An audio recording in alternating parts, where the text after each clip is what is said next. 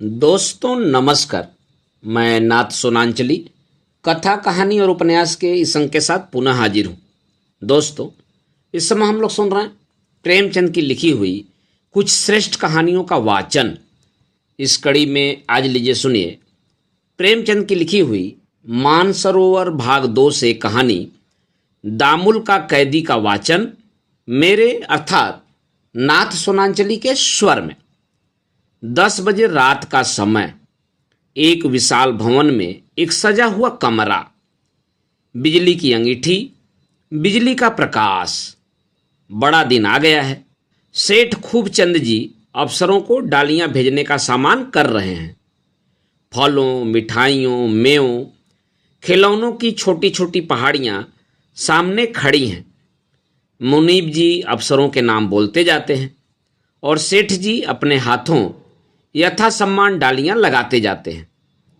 खूबचंद जी एक मिल के मालिक हैं, बंबई के बड़े ठेकेदार, एक बार नगर के मेयर भी रह चुके हैं। इस वक्त भी कई व्यापारी सभाओं के मंत्री और व्यापार मंडल के सभापति हैं। इस धन, यश, मान की प्राप्ति में डालियों का कितना भाग है यह कौन कह सकता है। पर इस अवसर पर सेठ जी के 10-5 हजार बिगड़ जाते थे। अगर कुछ लोग तुम्हें खुशामदी, टोडी, जी हजूर कहते हैं तो कहा करें, इससे सेठ जी का क्या बिगड़ता है। सेठ जी उन लोगों में नहीं हैं जो नेकी करके दरिया में डाल दें। पुजारी जी ने आकर कहा, सरकार बड़ा विलंब हो गया, ठाकुर जी का भोग तैयार है। अन्य धानिकों की भांति सेठ जी ने भी एक मंदिर बनवाया था। ठाकुर जी की पूजा करने के लिए एक पुजारी नौकर रख लिया था। पुजारी को रोष भरी आंखों से देखकर कहा, देखते नहीं हो क्या कर रहा हूं? यह भी एक काम है, खेल नहीं। तुम्हारे ठाकुर जी सब कुछ न दे देंगे। पेट भरने पर ही पूजा सूझती है। घंटे आधा घंटे की देर हो जाने से ठाकुर जी भूखों न मर जाएंगे। पुजारी जी अपना समूह लेकर चले गए और सेठ जी फिर डालियां सजाने में मसरूफ हो गए। सेठ जी के जीवन का मुख्य काम धन कमाना था और उनके साधनों की रक्षा करना उनका मुख्य कर्तव्य। उनके सारे व्यवहार इसी सिद्धांत के अधीन थे। मित्रों से इसलिए मिलते थे कि उनसे धनोपार्जन में मदद मिलेगी। मनोरंजन भी करते थे तो व्यापार की दृष्टि से। दान बहुत देते थे पर उसमें भी यही लक्ष्य सामने रहता था। संध्या और वंदना उनके लिए पुरानी लकीर थी जिसे पीटते रहने में स्वार्थ सिद्ध होता था, मानो कोई बेगार हो। सब कामों से छुट्टी मिली तो जाकर ठाकुर द्वारे में खड़े हो गए, चरणामृत लिया और चले आए। 1 घंटे के बाद पुजारी जी फिर सिर पर सवार हो गए। खूबचंद उनका मुंह देखते ही झुंझला उठे। जिस पूजा में तत्काल फायदा होता था उसमें कोई बार बार विघ्न डाले तो क्यों न बुरा लगे। बोले, कह दिया, अभी मुझे फुर्सत नहीं है। खोपड़ी पर सवार हो गए। मैं पूजा का गुलाम नहीं हूं। जब घर में पैसे होते हैं तभी ठाकुर जी की भी पूजा होती है। घर में पैसे न होंगे तो ठाकुर जी भी पूछने न आएंगे। पुजारी हताश होकर चला गया और सेठ जी फिर अपने काम में लगे। सहसा उनके मित्र केशवराम जी पधारे। सेठ जी उठकर उनके गले से लिपट गए और बोले, किधर से? मैं तो अभी तुम्हें बुलाने वाला था। केशवराम ने मुस्कुराकर कहा, इतनी रात गए तक डालियां ही लग रही हैं, अब तो समेटो, कल का सारा दिन पड़ा है, लगा लेना। तुम कैसे इतना काम करते हो? मुझे तो यही आश्चर्य होता है। आज क्या प्रोग्राम था, याद है? सेठ जी ने गर्दन उठाकर स्मरण करने की चेष्टा करके कहा, क्या कोई विशेष प्रोग्राम था? मुझे तो याद नहीं आता। एकाएक स्मृति जाग उठती है। अच्छा, वह बात, हाँ याद आ गया। अभी देर तो नहीं हुई। इस झमेले में ऐसा भूला कि जरा भी याद न रही। तो चलो फिर, मैंने तो समझा था तुम वहां पहुंच गए होगे। मेरे न जाने से लैला नाराज तो नहीं हुई? यह तो वहां चलने पर मालूम होगा। तुम मेरी ओर से क्षमा मांग लेना। मुझे क्या गरज पड़ी है जो आपकी ओर से क्षमा मांगू? वह तो तेवरियां चढ़ाए बैठी थी, कहने लगी, उन्हें मेरी परवाह नहीं तो मुझे भी उनकी परवाह नहीं। मुझे आने ही न देती थी। मैंने शांत तो कर दिया, लेकिन कुछ बहाना करना पड़ेगा। खूबचंद ने आंखें मार कर कहा, मैं कह दूंगा, गवर्नर साहब ने जरूरी काम से बुला भेजा था। जी नहीं, यह बहाना वहां न चलेगा। कहेगी तो मुझसे पूछकर क्यों नहीं गए। वह अपने सामने गवर्नर को समझती ही क्या है। रूप और यौवन बड़ी चीज है भाई साहब, आप नहीं जानते। तो फिर तुम ही बताओ, कौन सा बहाना करूं। अजी 20 बहाने हैं। कहना, दोपहर से 106 डिग्री का ज्वर था, अभी उठा हूं। दोनों मित्र हंसे और लैला का मुजरा सुनने चले। सेठ खूबचंद का स्वदेशी मिल देश के बहुत बड़े मिलों में है। जब से स्वदेशी आंदोलन चला है, मिल के माल की खपत दूनी हो गई है। सेठ जी ने कपड़े की दर में 2 आने रुपए बढ़ा दिए हैं। फिर भी बिक्री में कोई कमी नहीं है, लेकिन इधर अनाज कुछ सस्ता हो गया है। इसलिए सेठ जी ने मजूरी घटाने की सूचना दे दी है। कई दिन से मजूरों के प्रतिनिधियों और सेठ जी में बहस होती रही। सेठ जी जौ भर भी न दबना चाहते थे। जब उन्हें आधी मजूरी पर नए आदमी मिल सकते हैं, तब वह क्यों पुराने आदमियों को रखें। वास्तव में यह चाल पुराने आदमियों को भगाने के लिए ही चली गई थी। अंत में मजूरों ने ही निश्चय किया कि हड़ताल कर दी जाए। प्रातःकाल का समय है। मिल के हाथे में मजूरों की भीड़ लगी हुई है। कुछ लोग चारदीवारी पर बैठे हुए हैं, कुछ जमीन पर, कुछ इधर उधर मटर गश्ती कर रहे हैं। मिल के द्वार पर कांस्टेबलों का पहरा है। मिल में पूरी हड़ताल है। एक युवक को बाहर से आते देखकर सैकड़ों मजदूर इधर उधर से दौड़कर उसके चारों ओर जमा हो गए।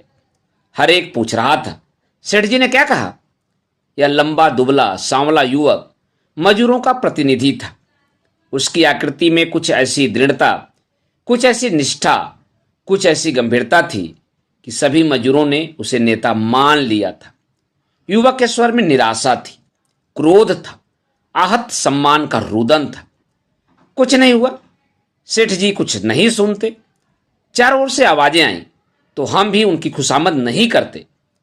युवक ने फिर कहा, वह मजूरी घटाने पर तुले हुए हैं, चाहे कोई काम करे या न करे। इस मिल से इस साल 10 लाख का फायदा हुआ है। यह हम लोगों की ही मेहनत का फल है, लेकिन फिर भी हमारी मजूरी काटी जा रही है। धनवानों का पेट कभी नहीं भरता। हम निर्बल हैं, निसहाय हैं। हमारी कौन सुनेगा। व्यापार मंडल उनकी ओर है, सरकार उनकी ओर है, मिल के हिस्सेदार उनकी ओर हैं। हमारा कौन है। हमारा उद्धार तो भगवान ही करेंगे। एक मजूर बोला, सेठ जी भी तो भगवान के बड़े भगत हैं। युवक ने मुस्कुराकर कहा, हाँ, बहुत बड़े भक्त हैं। यहाँ किसी ठाकुरद्वारे में उनके ठाकुरद्वारे किसी सजावट नहीं है। कहीं इतना विधि पूर्वक भोग नहीं लगता, कहीं इतने उत्सव नहीं होते, कहीं ऐसी झांकी भी नहीं बनती। उसी भक्ति का प्रताप है कि आज नगर में इतना सम्मान है। औरों का माल पड़ा सड़ता है, इनका माल गोदाम में नहीं जाने पाता। वहीं भक्तराज हमारी मजूरी घटा रहे हैं। मिल में अगर घाटा हो तो हम आधी मजूरी पर काम करेंगे, लेकिन जब लाखों का लाभ हो रहा है तो किस नीति से हमारी मजूरी घटाई जा रही है। हम अन्याय नहीं सह सकते। प्रण कर लो कि किसी बाहरी आदमी को मिल में घुसने न देंगे, चाहे वो अपने साथ फौज लेकर ही क्यों न आए। कुछ परवाह नहीं। हमारे ऊपर लाठियां बरसें, गोलियां चलें। एक तरफ से आवाज आई, सेठ जी। सभी पीछे फिर फिर कर सेठ जी की तरफ देखने लगे। सभी के चेहरों पर हवाइयां उड़ने लगी। कितने ही तो डर कर कांस्टेबलों से मिलके अंदर जाने के लिए चिरौरी करने लगे। कुछ लोग रुई की गांठों की आड़ में जा छिपे। थोड़े से आदमी कुछ सहमे हुए पर जैसे जान हथेली पर लिए युवक के साथ खड़े रहे। सेठ जी ने मोटर से उतरते हुए कांस्टेबलों को बुलाकर कहा, इन आदमियों को मारकर बाहर निकाल दो, इसी दम। मजूरों पर डंडे पड़ने लगे। 10-5 तो गिर पड़े, बाकी अपनी अपनी जान लेकर भागे। वह युवक 2 आदमियों के साथ अभी तक डटा खड़ा था। प्रभुता असहिष्णु होती है। सेठ जी खुद आ जाएं, फिर भी ये लोग सामने खड़े रहें तो यह खुला विद्रोह है। यह बेअदबी कौन सा सकता है। जरा इस लौंडे को देखो। देह पर साबित कपड़े नहीं है, मगर जमा खड़ा है, मानो मैं कुछ हूं ही नहीं। समझता होगा या मेरा कर ही क्या सकते हैं। सेठ जी ने रिवॉल्वर निकाल लिया और इस समूह के निकट आकर उसे जाने का हुक्म दिया, पर वह समूह अचल खड़ा था। सेठ जी उन्मत्त हो गए। यह हेकड़ी! तुरंत हेड कांस्टेबल को बुलाकर हुक्म दिया, इन आदमियों को गिरफ्तार कर लो। कांस्टेबलों ने तीनों आदमियों को रस्सियों से जकड़ दिया और उन्हें फाटक की ओर ले चले।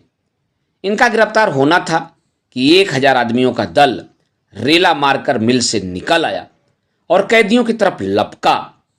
कांस्टेबलों ने देखा बंदूक चलाने पर भी जान न बचेगी, तो मुलजिमों को छोड़ दिया और भाग खड़े हुए।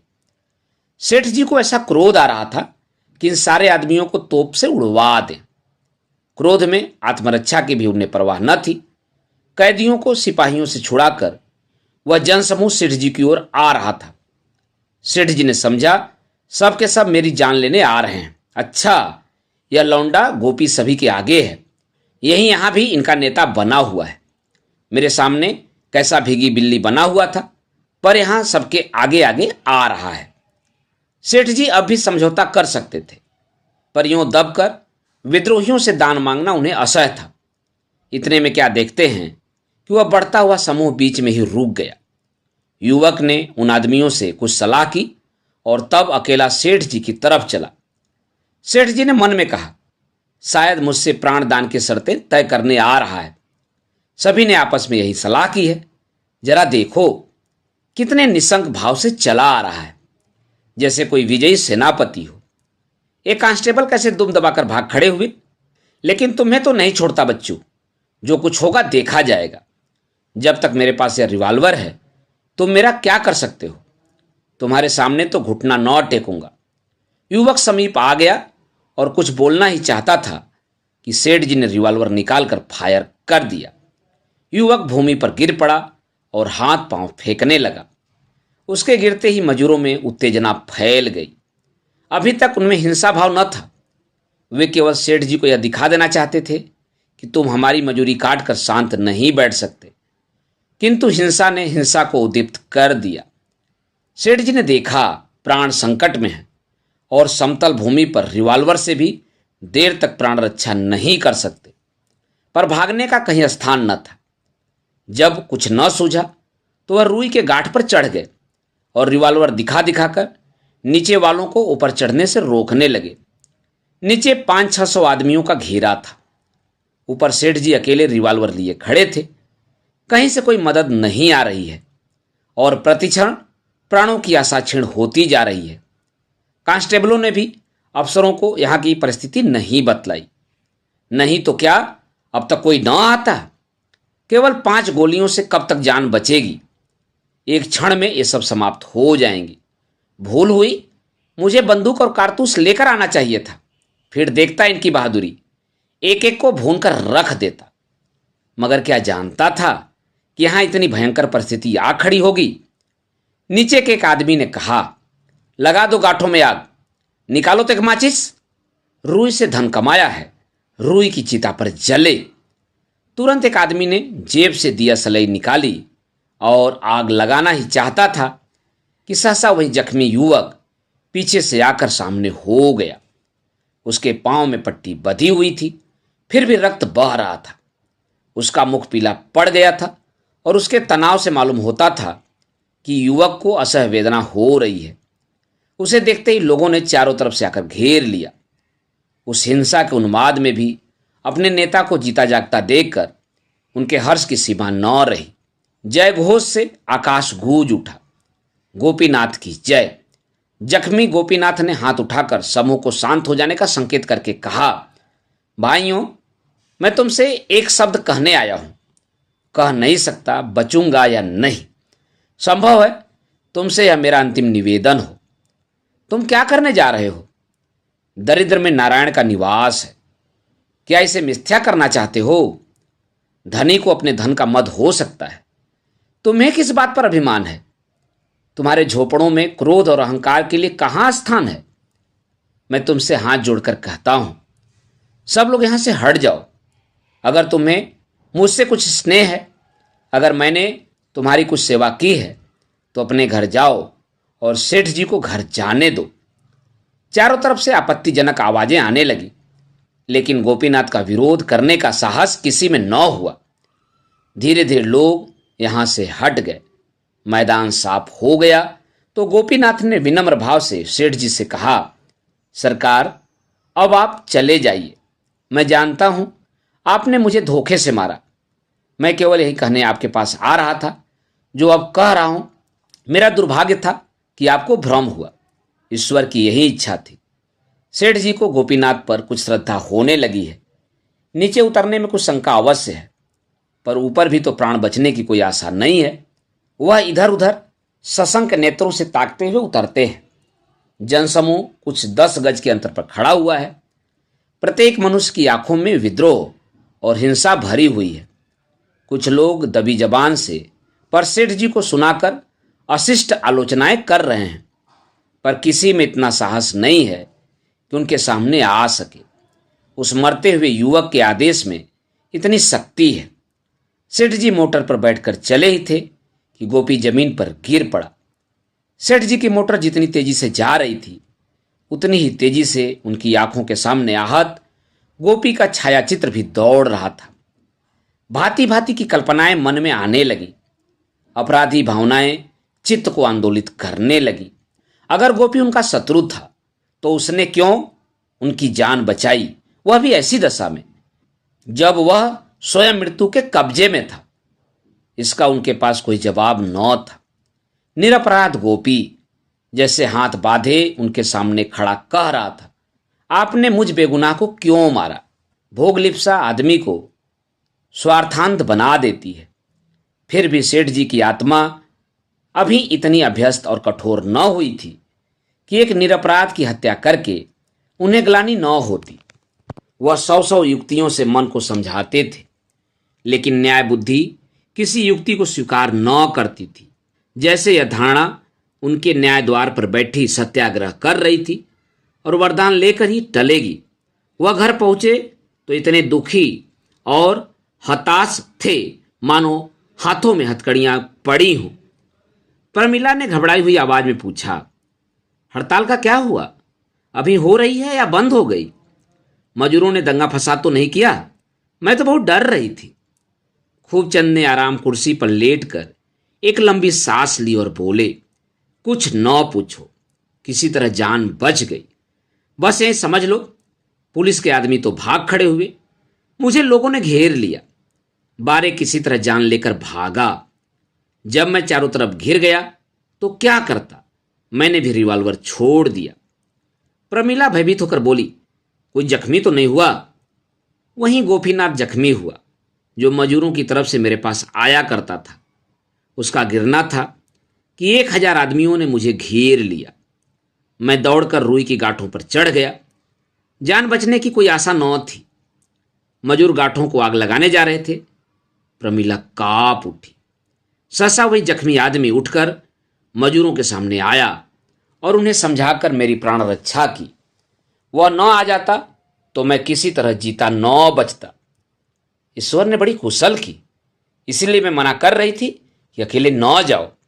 उस आदमी को लोग अस्पताल ले गए होंगे। सेठ जी ने शोक भरे स्वर में कहा, मुझे भय है कि वह मर गया होगा।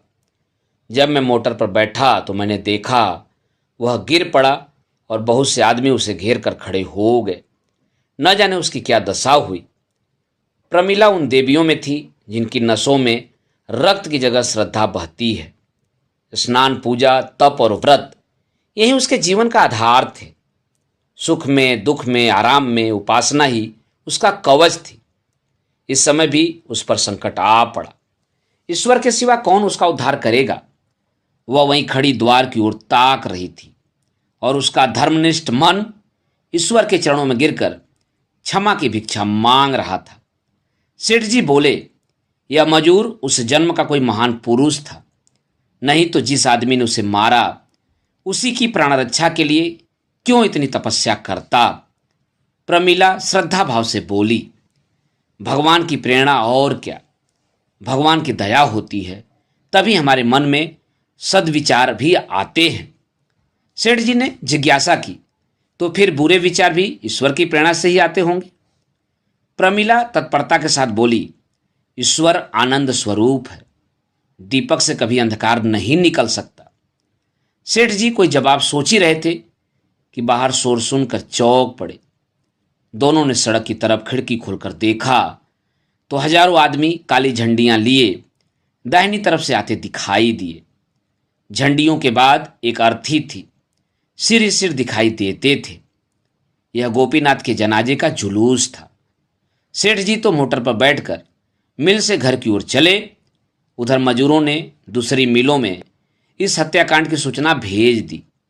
दम के दम में सारे शहर में यह खबर बिजली की तरह दौड़ गई और कई मिलों में हड़ताल हो गई। नगर में सनसनी फैल गई। किसी भीषण उपद्रव के भय से लोगों ने दुकानें बंद कर दी। यह जुलूस नगर के मुख्य स्थानों का चक्कर लगाता हुआ सेठ खूबचंद के द्वार पर आया और गोपीनाथ के खून का बदला लेने पर तुला हुआ है। उधर पुलिस अधिकारियों ने सेठ जी की रक्षा करने का निश्चय कर लिया है, चाहे खून की नदी ही क्यों न बह जाए। जुलूस के पीछे सशस्त्र पुलिस के 200 जवान डबल मार्च से उपद्रवियों को दमन करने चले आ रहे हैं। सेठ जी अभी अपने कर्तव्य का निश्चय न कर पाए थे कि विद्रोहियों ने कोठी के दफ्तर में घुसकर लेन देन के बही खातों को जलाना और तिजोरियों को तोड़ना शुरू कर दिया। मुनीब और अन्य कर्मचारी तथा चौकीदार सब के सब अपनी जान बचाकर भागे। उसी वक्त बाईं ओर से पुलिस भी दौड़ी आ धमकी और पुलिस कमिश्नर ने विद्रोहियों को 5 मिनट के अंदर यहां से भाग जाने का हुक्म दे दिया।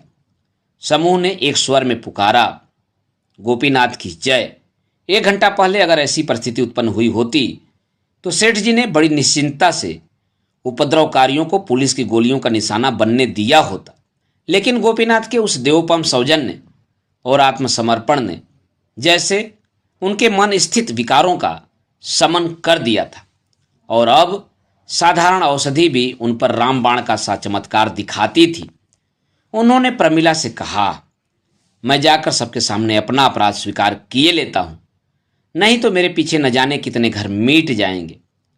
प्रमिला ने कांपते हुए स्वर में कहा, यहीं खिड़की से आदमियों को क्यों नहीं समझा देते? वे जितना मजूरी बढ़ाने को कहते हो बढ़ा दो। इस समय तो उन्हें मेरे रक्त की प्यास है, मजूरी बढ़ाने का उन पर कोई असर न होगा। सजल नेत्रों से देखकर प्रमिला बोली, तब तो तुम्हारे ऊपर हत्या का अभियोग चल जाएगा। सेठ जी ने धीरता से कहा, भगवान की यही इच्छा है तो हम क्या कर सकते हैं। एक आदमी का जीवन इतना मूल्यवान नहीं है कि उसके लिए असंख्य जानें ली जाएं। प्रमिला को मालूम हुआ साक्षात भगवान सामने खड़े हैं। वह पति के गले से लिपट कर बोली, मुझे क्या कह जाते हो? सेठ जी ने उसे गले लगाते हुए कहा, भगवान तुम्हारी रक्षा करेंगे। उनके मुख से और कोई शब्द न निकला। प्रमिला की हिचकियां बधी हुई थीं। उसे रोता छोड़कर सेठ जी नीचे उतरे। वह सारी संपत्ति जिसके लिए उन्होंने जो कुछ करना चाहिए वह भी किया, जो कुछ न करना चाहिए वह भी किया, जिसके लिए खुशामद की, छल किया, अन्याय किए, जिसे वह अपने जीवन तप का वरदान समझते थे, आज कदाचित सदा के लिए उनके हाथ से निकली जाती थी। पर उन्हें जरा भी मोह न था, जरा भी खेद न था। वह जानते थे उन्हें डामुल की सजा होगी। यह सारा कारोबार चौपट हो जाएगा, यह संपत्ति धूल में मिल जाएगी। कौन जाने प्रमिला से फिर भेंट होगी या नहीं। कौन मरेगा कौन जिएगा कौन जानता है।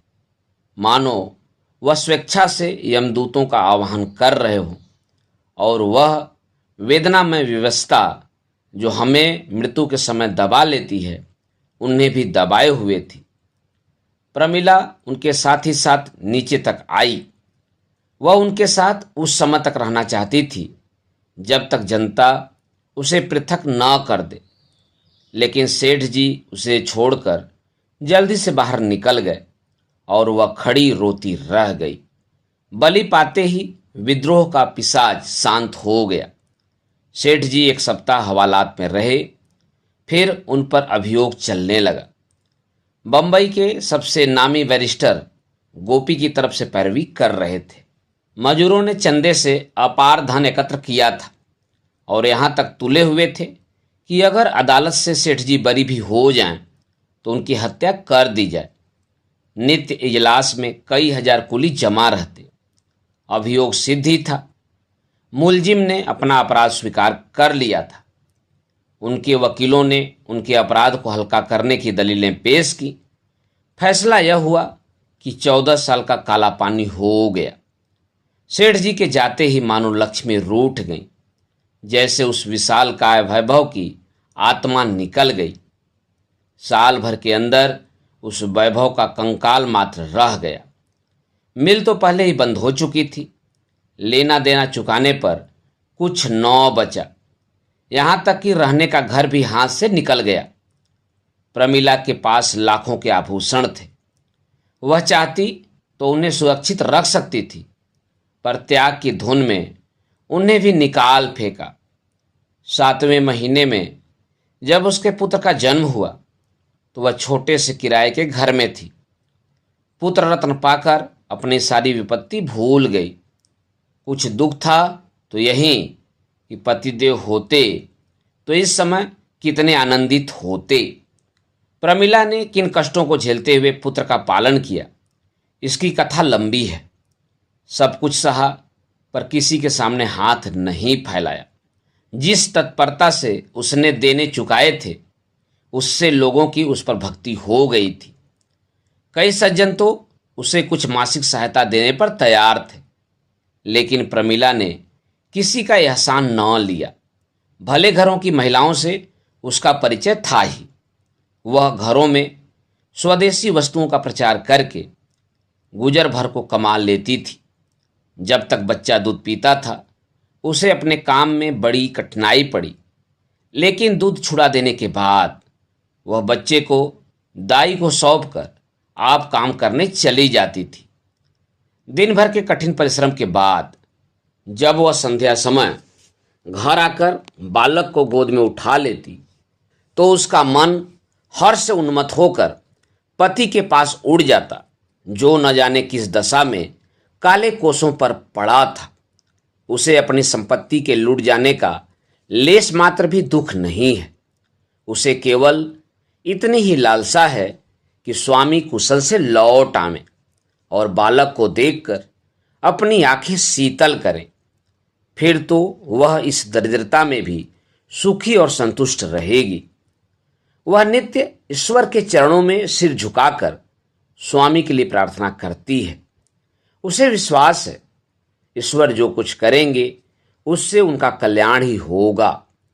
ईश्वर वंदना में वह अलौकिक धैर्य, साहस और जीवन का आभास पाती है। प्रार्थना ही अब उसकी आशाओं का आधार है। 15 साल की विपत्ति के दिन आशा की छाह में कट गए। संध्या का समय है। किशोर कृष्णचंद्र अपनी माता के पास मन मारे बैठा हुआ है। वह माँ बाप दोनों में से एक को भी नहीं पड़ा। प्रमिला ने पूछा, क्यों बेटा, तुम्हारी परीक्षा तो समाप्त हो गई? बालक ने गिरे हुए मन से जवाब दिया, हाँ माँ, हो गई, लेकिन मेरे पर्चे अच्छे नहीं हुए। मेरा मन पढ़ने में नहीं लगता है। यह कहते कहते उसकी आंखें डबडबा आईं। प्रमिला ने स्नेह भरे स्वर में कहा, यह तो अच्छी बात नहीं है बेटा, तुम्हें पढ़ने में मन लगाना चाहिए। बालक सजल नेत्रों से माता को देखता हुआ बोला, मुझे बार बार पिताजी की याद आती रहती है। वह तो अब बहुत बूढ़े हो गए होंगे। मैं सोचा करता हूं कि वह आएंगे तो तन मन से उनकी सेवा करूंगा। इतना बड़ा उत्सर्ग किसने किया होगा माँ? उस पर लोग उन्हें निर्दयी कहते हैं। मैंने गोपीनाथ के बाल बच्चों का पता लगा लिया है माँ। उनकी घरवाली है, माता है और एक लड़की है जो मुझसे 2 साल बड़ी है। माँ बेटी दोनों उसी मिल में काम करती हैं। दादी बहुत बूढ़ी हो गई हैं। प्रमिला ने विस्मित होकर कहा, तुझे उनका पता कैसे चला बेटा? कृष्णचंद प्रसन्नचित्त होकर बोला, मैं आज उस मिल में चला गया था। मैं उस स्थान को देखना चाहता था जहां मजूरों ने पिताजी को घेरा था, और वह स्थान भी जहां गोपीनाथ गोली खाकर गिरा था। पर उन दोनों में एक स्थान भी न रहा। वहाँ इमारतें बन गई हैं, मिल का काम बड़े जोर से चल रहा है। मुझे देखते ही बहुत से आदमियों ने मुझे घेर लिया। सब यही कहते थे कि तुम तो भैया गोपीनाथ का रूप धर कर आए हो। मजरूं ने वहाँ गोपीनाथ की एक तस्वीर लटका रखी है। उसे देखकर चकित हो गया। अम्मा, जैसे मेरी ही तस्वीर हो, केवल मूंछों का अंतर है। जब मैंने गोपी की स्त्री के बारे में पूछा तो एक आदमी दौड़कर उसकी स्त्री को बुला लाया। वह मुझे देखते ही रोने लगी और न जाने क्यों मुझे भी रोना आ गया। बेचारी स्त्रियां बड़े कष्ट में हैं। मुझे तो उनके ऊपर ऐसी दया आती है कि उनकी कुछ मदद करूं। प्रमिला को शंका हुई। लड़का इन झगड़ों में पड़कर पढ़ना न छोड़ बैठे। बोली, अभी तुम उनकी क्या मदद कर सकते हो बेटा? धन होता तो कहती 10-5 रुपए महीना दे दिया करो, लेकिन घर का हाल तो तुम जानते ही हो। अभी मन लगाकर पढ़ो। जब तुम्हारे पिताजी आ जाएं तो जो इच्छा हो वह करना। कृष्णचंद ने उस समय कोई जवाब न दिया, लेकिन आज से उसका नियम हो गया कि स्कूल से लौटकर एक बार गोपी के परिवार को देखने अवश्य जाता। प्रमिला उसे जेब खर्च के लिए जो पैसे देती उसे उन अनाथों पर ही खर्च करता। कभी कुछ फल ले लिए, कभी साग भाजी ले ली। एक दिन कृष्णचंद को घर आने में देर हुई तो प्रमिला बहुत घबराई। पता लगाती हुई विधवा के घर पर पहुंची तो देखा एक तंग गली में, एक सीले सड़े हुए मकान में गोपी की स्त्री एक खाट पर पड़ी है और कृष्णचंद्र खड़ा उसे पंखा झल रहा है। माता को देखते ही बोला, मैं अभी घर न जाऊंगा माँ। देखो काकी कितनी बीमार हैं। दादी को कुछ सूझता नहीं। बिन्नी खाना पका रही है, इनके पास कौन बैठे? प्रमिला ने खिन्न होकर कहा, अब तो अंधेरा हो गया, तुम यहां कब तक बैठे रहोगे? अकेला घर मुझे भी तो अच्छा नहीं लगता। इस वक्त चलो, सवेरे फिर आ जाना। रोगिणी ने प्रमिला की आवाज सुनकर आंखें खोल दी और मंद स्वर में बोली, आओ माताजी बैठो। मैं तो भैया से कह रही थी देर हो रही है, अब घर जाओ, पर यह गए ही नहीं। मुझ अभागिनी पर इन्हें न जाने क्यों इतनी दया आती है। अपना लड़का भी इससे अधिक मेरी सेवा नहीं कर सकता। चारों तरफ से दुर्गंध आ रही थी। उमस ऐसी थी कि दम घुटा जाता था। उस बिल में हवा किधर से आती? पर कृष्णचंद ऐसा प्रसन्न था मानो कोई परदेसी चारों ओर से ठोकरें खाकर अपने घर में आ गया हो। प्रमिला ने इधर उधर निगाह दौड़ाई तो एक दीवार पर उसे एक तस्वीर दिखाई दी। उसने समीप जाकर उसे देखा तो उसकी छाती धक से हो गई। बेटे की ओर देखकर बोली, तूने यह चित्र कब खिंचवाया बेटा? कृष्णचंद्र मुस्कुराकर बोला, यह मेरा चित्र नहीं है अम्मा, गोपीनाथ का चित्र है। प्रमिला ने अविश्वास से कहा, चल झूठा कहीं का। रोगिणी ने कातर भाव से कहा, नहीं अम्मा जी, वह मेरे आदमी का ही चित्र है। भगवान की लीला कोई नहीं जानता, पर भैया की सूरत इतनी मिलती है कि मुझे अचरज होता है। जब मेरा ब्याह हुआ था तब उनकी यही उम्र थी और सूरत भी बिल्कुल यही हंसी थी, यही बातचीत और यही स्वभाव। क्या रहस्य है मेरी समझ में नहीं आता। माता जी जब से यह आने लगे हैं कह नहीं सकती मेरा जीवन कितना सुखी हो गया। इस मोहल्ले में सब हमारे ही जैसे मजूर रहते हैं। उन सभी के साथ यह लड़कों की तरह रहते हैं। सब इन्हें देखकर निहाल हो जाते हैं। प्रमिला ने कोई जवाब न दिया। उसके मन में एक अव्यक्त शंका छाई थी, मानो उसने कोई बुरा सपना देखा हो। उसके मन में बार बार एक प्रश्न उठ रहा था जिसकी कल्पना ही से उसके रोए खड़े हो जाते थे। सहसा उसने कृष्णचंद्र का हाथ पकड़ लिया और बलपूर्वक खींचती हुई द्वार की ओर चली, मानो कोई उसे उसके हाथों से छीने लिए जाता हो। रोगिणी ने केवल इतना कहा, माता जी कभी कभी भैया को मेरे पास आने दिया करना, नहीं तो मैं मर जाऊंगी। 15 साल के बाद भूतपूर्व सेठ खूबचंद अपने नगर के स्टेशन पर पहुंचे। हरा भरा वृक्ष ठूठ होकर रह गया था। चेहरे पर झुर्रियां पड़ी हुई थी। सिर के बाल सन, दाढ़ी जंगल की तरह बढ़ी हुई थी। दांतों का भी कहीं नाम नहीं। कमर झुकी हुई। ठूठ को देखकर कौन पहचान सकता था कि यह वही वृक्ष है जो फल फूल और पत्तियों से लदा रहता था, जिस पर पक्षी कलरव करते रहते थे। स्टेशन के बाहर निकलकर वह सोचने लगे, कहाँ जाएं? अपना नाम लेते लज्जा आती थी। किससे पूछें? प्रमिला जीती है या मर गई? अगर है तो कहाँ है? उन्हें देखकर वह प्रसन्न होगी या उनकी उपेक्षा करेगी? प्रमिला का पता लगाने में ज्यादा देर न लगी। खूबचंद की कोठी अभी तक खूबचंद की कोठी कहलाती थी। दुनिया कानून के उलटफेर क्या जाने। अपनी कोठी के सामने पहुंचकर उन्होंने एक तंबोली से पूछा, क्यों भैया, यही तो सेठ खूबचंद की कोठी है? तंबोली ने उनकी ओर कुतूहल से देखकर कहा, खूबचंद की जब थी तब थी, अब तो लाला देसराज की है। अच्छा, मुझे यहाँ आए बहुत दिन हो गए। सेठ जी के यहाँ नौकर था, सुना सेठ जी को काला पानी हो गया था। हाँ, बेचारे भलमनसी में मारे गए। चाहते तो बेदाग बच जाते, सारा घर मिट्टी में मिल गया। सेठानी तो होंगी? हाँ, सेठानी क्यों नहीं है, उनका लड़का भी है। सेठ जी के चेहरे पर जैसे जवानी की झलक आ गई।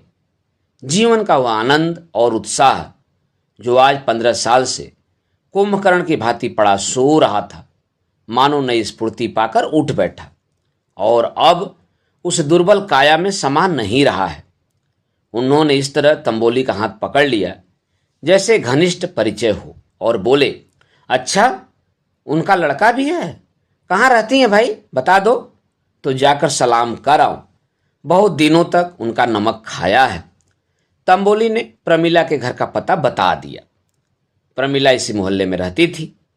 सेठ जी जैसे आकाश में उड़ते हुए यहां से आगे चले। वह थोड़ी दूर गए थे कि ठाकुर जी का एक मंदिर दिखाई दिया।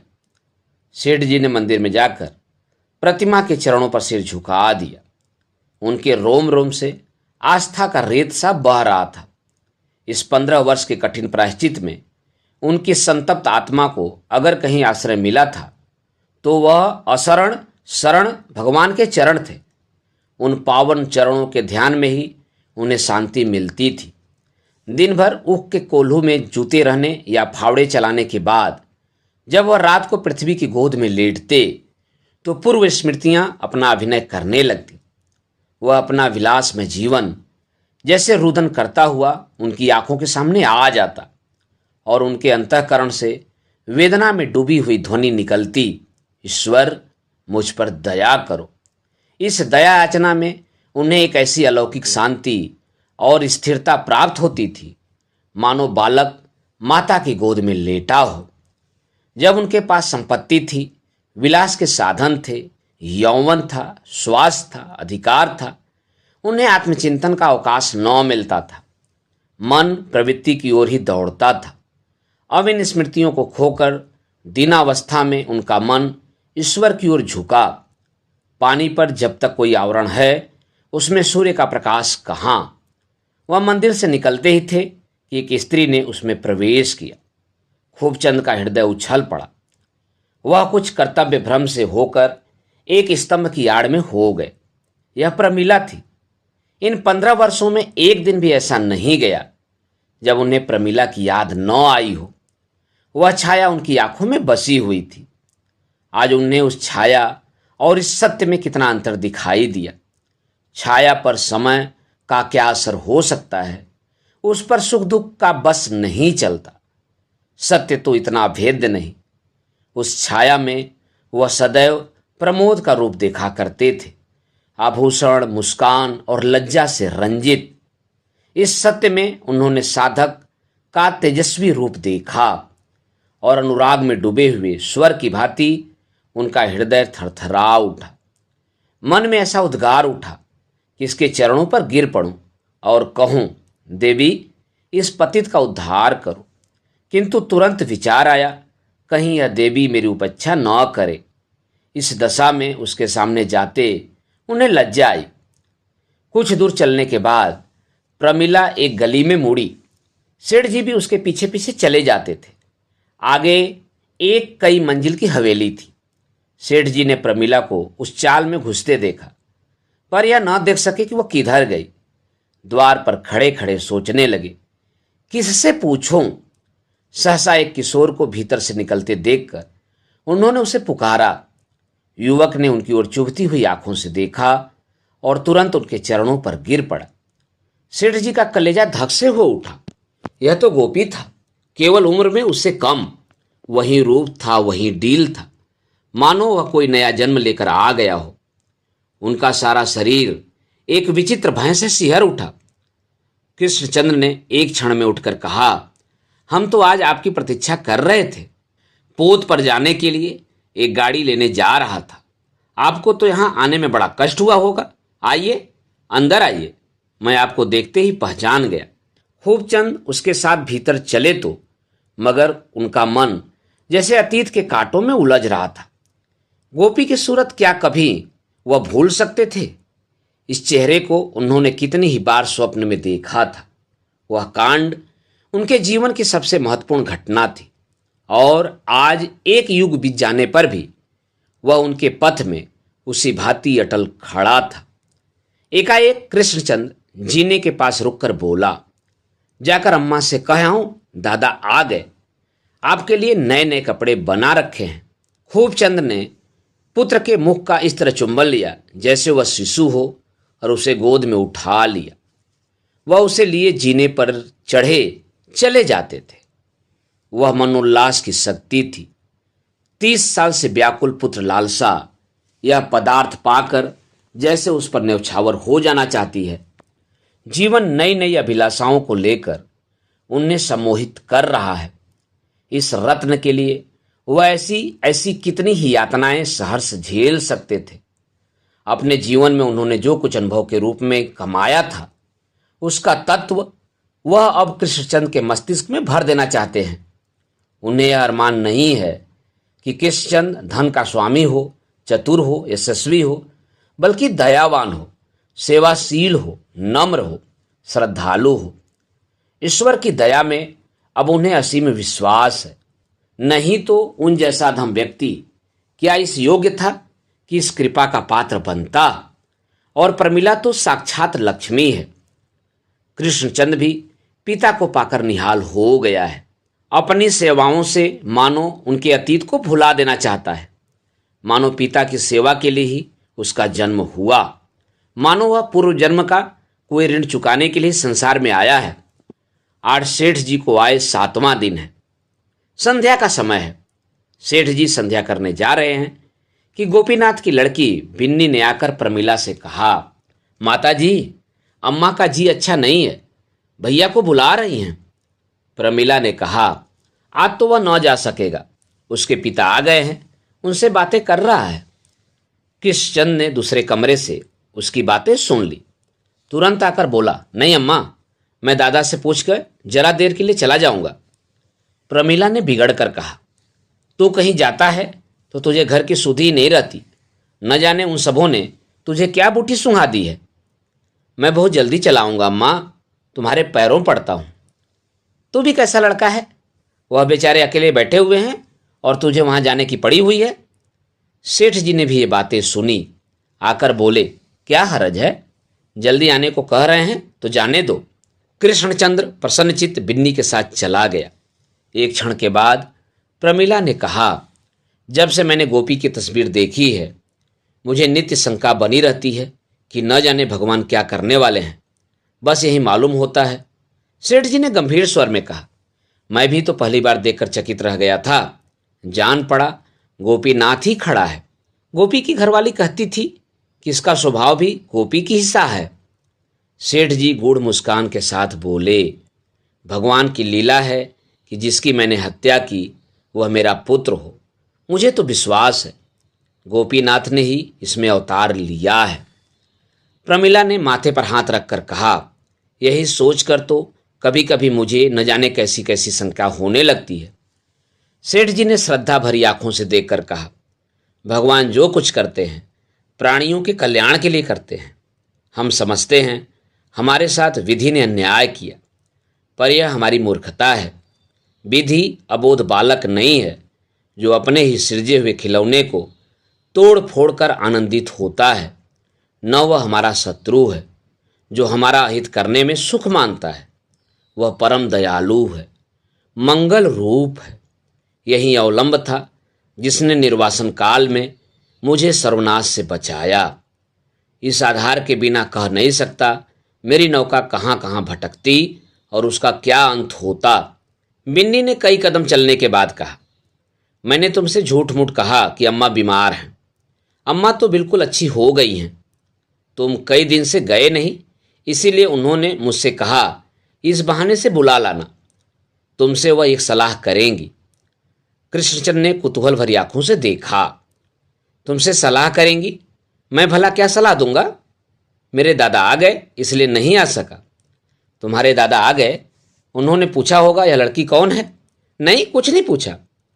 दिल में तो कहते होंगे कैसी बेशरम लड़की है। दादा ऐसे आदमी नहीं है। मालूम हो जाता कि यह कौन है तो बड़े प्रेम से बातें करते।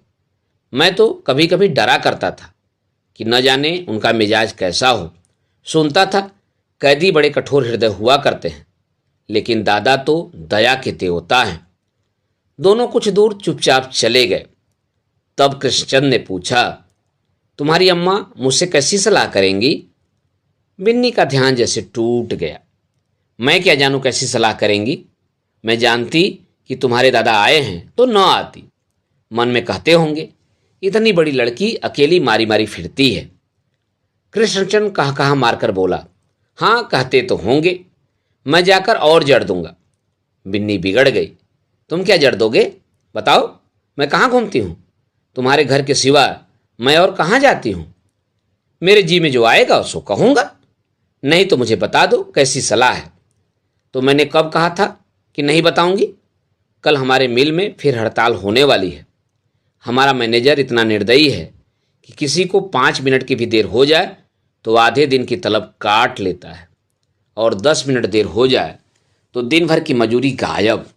कई बार सबों ने जाकर उससे कहा, वह सुना मगर मानता ही नहीं। तुम हो तो जरा से, पर अम्मा का न जाने तुम्हारे ऊपर क्यों इतना विश्वास है, और मजूर लोग भी तुम्हारे ऊपर बड़ा भरोसा रखते हैं। सबकी सलाह है कि तुम एक बार मैनेजर के पास जाकर 2 टूक बातें कर लो, हाँ या नहीं। अगर वो अपनी बात पर अड़ा रहे तो फिर हम भी हड़ताल करेंगे। कृष्णचंद्र विचारों में मग्न था, कुछ न बोला। विन्नी ने फिर उदंड भाव से कहा, यह कड़ाई इसीलिए तो है कि मैनेजर जानता है हम बेबस हैं और हमारे लिए और कहीं ठिकाना नहीं है, तो हमें भी दिखा देना है कि हम चाहे भूखों मरेंगे पर अन्याय न सहेंगे। कृष्णचंद ने कहा, उपद्रव हो गया तो गोलियां चलेंगी, तो चलने दो।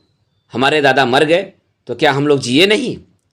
दोनों घर पहुंचे तो वहां द्वार पर बहुत से मजूर जमा थे और इसी विषय पर बातें हो रही थी। कृष्णचंद को देखते ही सबों ने चिल्लाकर कहा, लो भैया आ गए। वही मिल है जहां सेठ खूबचंद ने गोलियां चलाई थी। आज उन्हीं का पुत्र मजदूरों का नेता बना हुआ गोलियों के सामने खड़ा है। कृष्णचंद और मैनेजर में बातें हो चुकी। मैनेजर ने नियमों को नर्म करना स्वीकार न किया। हड़ताल की घोषणा कर दी गई। आज हड़ताल है। मजदूर मिल के हाथे में जमा हैं और मैनेजर ने मिल की रक्षा के लिए फौजी गारद बुला लिया है। मिल के मजदूर उपद्रव नहीं करना चाहते थे। हड़ताल केवल उनके असंतोष का प्रदर्शन थी, लेकिन फौजी गारद देखकर मजदूरों को भी जोश आ गया। दोनों तरफ से तैयारी हो गई है। एक ओर गोलियां हैं, दूसरी ओर ईंट पत्थर के टुकड़े। युवक कृष्णचंद ने कहा, आप लोग तैयार हैं? हमें मिल के अंदर जाना है, चाहे सब मार डाले जाएं। बहुत सी आवाज़ें आईं, सब तैयार हैं। जिसके बाल बच्चे हों वह अपने घर चले जाए।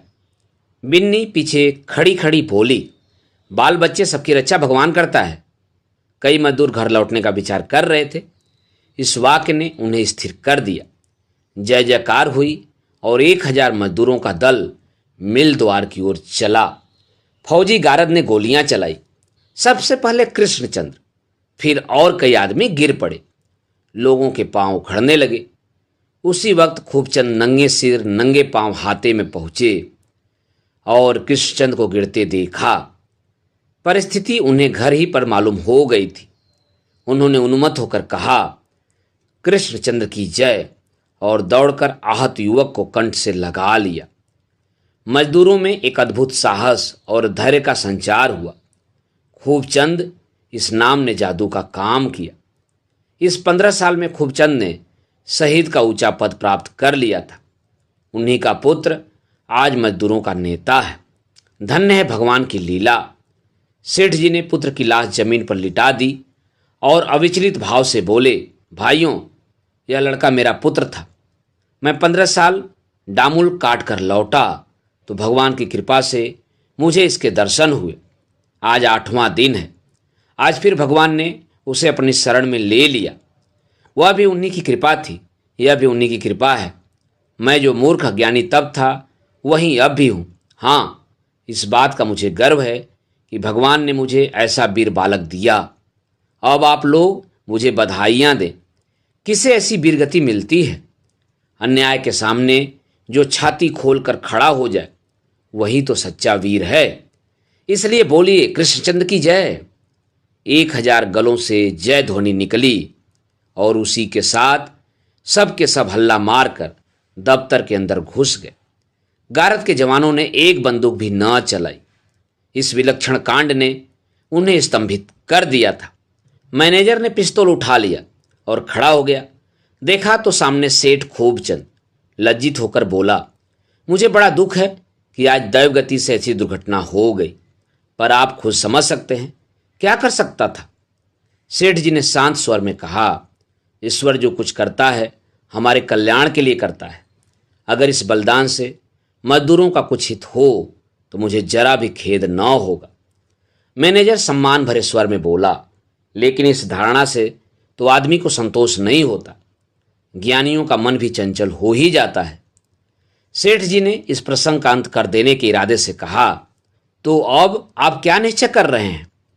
मैनेजर सकुचाता हुआ बोला, मैं इस विषय में स्वतंत्र नहीं हूं। स्वामियों की ओर से जो आज्ञा थी उसका मैं पालन कर रहा था। सेठ जी कठोर स्वर में बोले, अगर आप समझते हैं कि मजदूरों के साथ अन्याय हो रहा है तो आपका धर्म है कि उनका पक्ष लीजिए।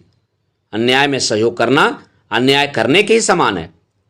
एक तरफ तो मजदूर लोग कृष्णचंद के दाह संस्कार कर रहे थे, दूसरी तरफ दफ्तर में मिल के डायरेक्टर और मैनेजर सेठ खूबचंद के साथ बैठे कोई ऐसी व्यवस्था सोच रहे थे कि मजदूरों के प्रति इस अन्याय का अंत हो जाए।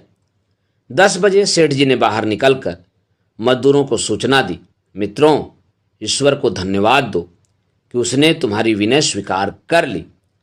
तुम्हारी हाजिरी के लिए अब नए नियम बनाए जाएंगे और जुर्माने की वर्तमान प्रथा उठा दी जाएगी। मजदूरों ने सुना, पर उन्हें वह आनंद न हुआ जो 1 घंटा पहले होता। कृष्णचंद की बलि देखकर बड़ी से बड़ी रियासत भी उनके निगाहों में हे थी। अभी अर्थी न उठने पाई थी कि प्रमीला लाल आँख किए उन्मत्त से दौड़ी आई और उस देह से चिमट गई जिसे उसने अपने उदर से जन्म दिया और अपने रक्त से पाला था। चारों तरफ हाहाकार मच गया। मजदूर और मालिक, ऐसा कोई नहीं था जिसकी आंखों से आंसुओं की धारा न निकल रही हो। सेठ जी ने समीप जाकर प्रमीला के कंधों पर हाथ रखा और बोले, क्या करती हो प्रमीला? जिसकी मृत्यु पर हंसना और ईश्वर को धन्यवाद देना चाहिए, उसकी मृत्यु पर रोती हो? प्रमीला उसी तरह शव को हृदय से लगाए पड़ी रही। जिस निधि को पाकर उसने विपत्ति को संपत्ति समझा था, पति वियोग से अंधकारमय जीवन में जिस दीपक से आशा, धैर्य और अवलंब पा रही थी, वह दीपक बुझ गया था। जिस विभूति को पाकर ईश्वर की निष्ठा और भक्ति उसके रोम रोम में व्याप्त हो गई थी, वह विभूति उससे छीन ली गई थी। सहसा उसने पति को अस्थिर नेत्रों से देखकर कहा, तुम समझते होगे, ईश्वर जो कुछ करता है हमारे कल्याण के लिए ही करता है। मैं ऐसा नहीं समझती, समझ ही नहीं सकती। कैसे समझूं? हाय मेरे लाल, मेरे लाडले, मेरे राजा, मेरे सूर्य, मेरे चंद्र, मेरे जीवन का आधार। मेरे सर्वस्व, तुझे खोकर कैसे चित्त को शांत रखूं।